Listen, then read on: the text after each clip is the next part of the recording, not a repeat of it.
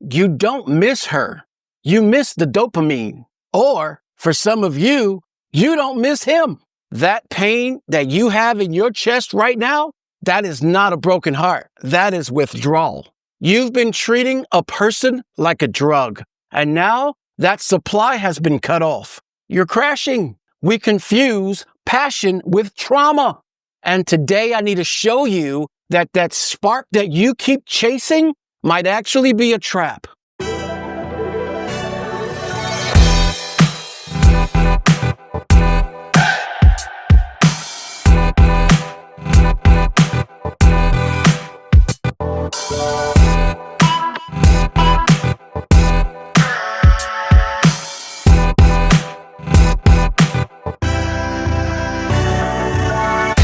I got 3 points that I want to share with you.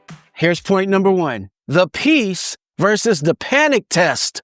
Let's start with something nobody ever tells you. Real love is peaceful. Attachment is chaotic. Love doesn't spike your cortisol. Attachment does. Okay, here's the test, and I need you to be honest with yourself. How does it make you feel when you don't hear from them?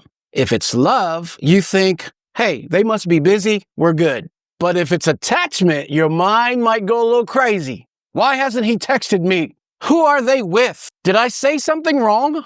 Are they pulling away? That's not romance. That's your nervous system being hijacked. If you have to check their location every 20 minutes just to feel okay, that is not love. That is hostage negotiation. And love doesn't make silence feel like punishment. Okay, so when is it love? Well, you don't rehearse arguments in your head. You don't feel like you have to perform to be chosen. And you definitely don't lose sleep over response time. What kind of life would that be, checking your partner's phone every day? So when is it attachment? Well, your mood rises and falls with their attention. One unread message ruins your whole day. You call intensity connection.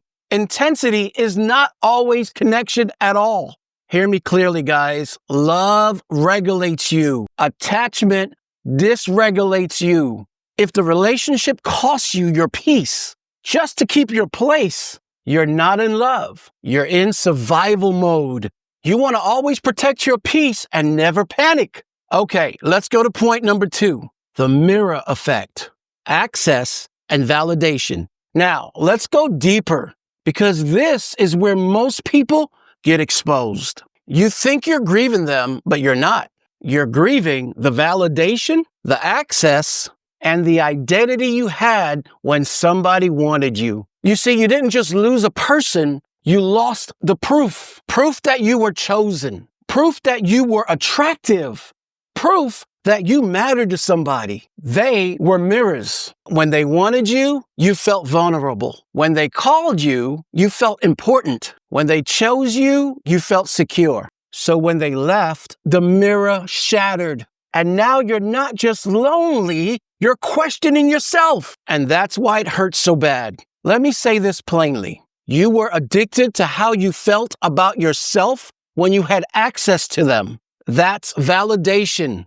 That's a hit. And when the supply is gone, your body panics. Here's the hard truth that most people try to avoid. You were only grieving the version of yourself that existed when somebody wanted you. You missed the reflection. And I'm going to tell you something else. You need to work on the reflection before you regain another glass. This time alone is for you. Develop the reflection first and watch how God provides you with the right glass. Okay, point number 3, the scarcity mindset. Let's talk about the lie that keeps people stuck. Scarcity. People don't stay in a bad relationship because they're blind. They stay in bad relationships because they are scared. Scared of being alone. Scared of starting over. Scared they'll never be chosen or feel chosen again. Scared that this is as good as it gets. You know, I watched someone that I mentored stay in a relationship until it drained them emotionally. No peace, no safety, no growth. So when I finally asked, why are you still in this relationship? The answer wasn't even love. It was, well, at least I have someone. Guys, to have someone is not enough. That's fear talking. Loneliness will make you negotiate with dysfunction. Attachment says, I'll accept half the love, so at least I don't have zero. But love says, I trust that what's meant for me won't require me to betray myself. You see, fear will convince you to protect a connection that's already killing you.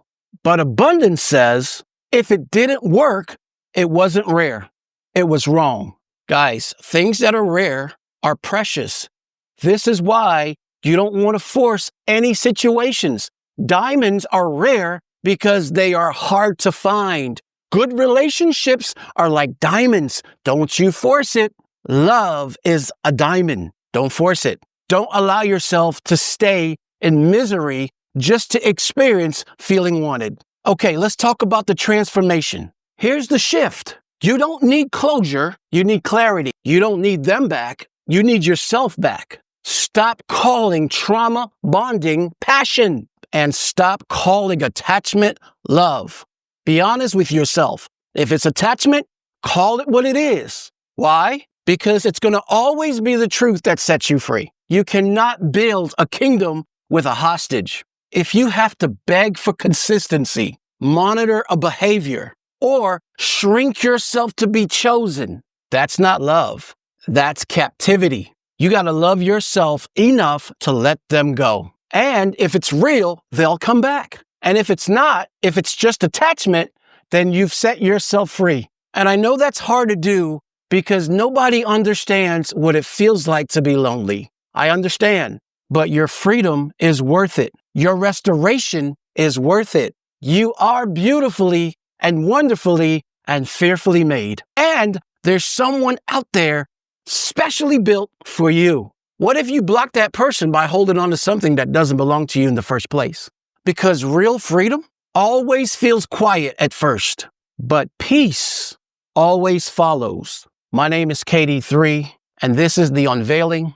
And if this hits you, sit with it, pass it along to someone, subscribe to the channel, and share this out with everyone you know. You are free now. Don't you dare run back to that drug. Leave a comment below, like and subscribe to the channel, and we'll see you next time. God bless y'all. Let's go.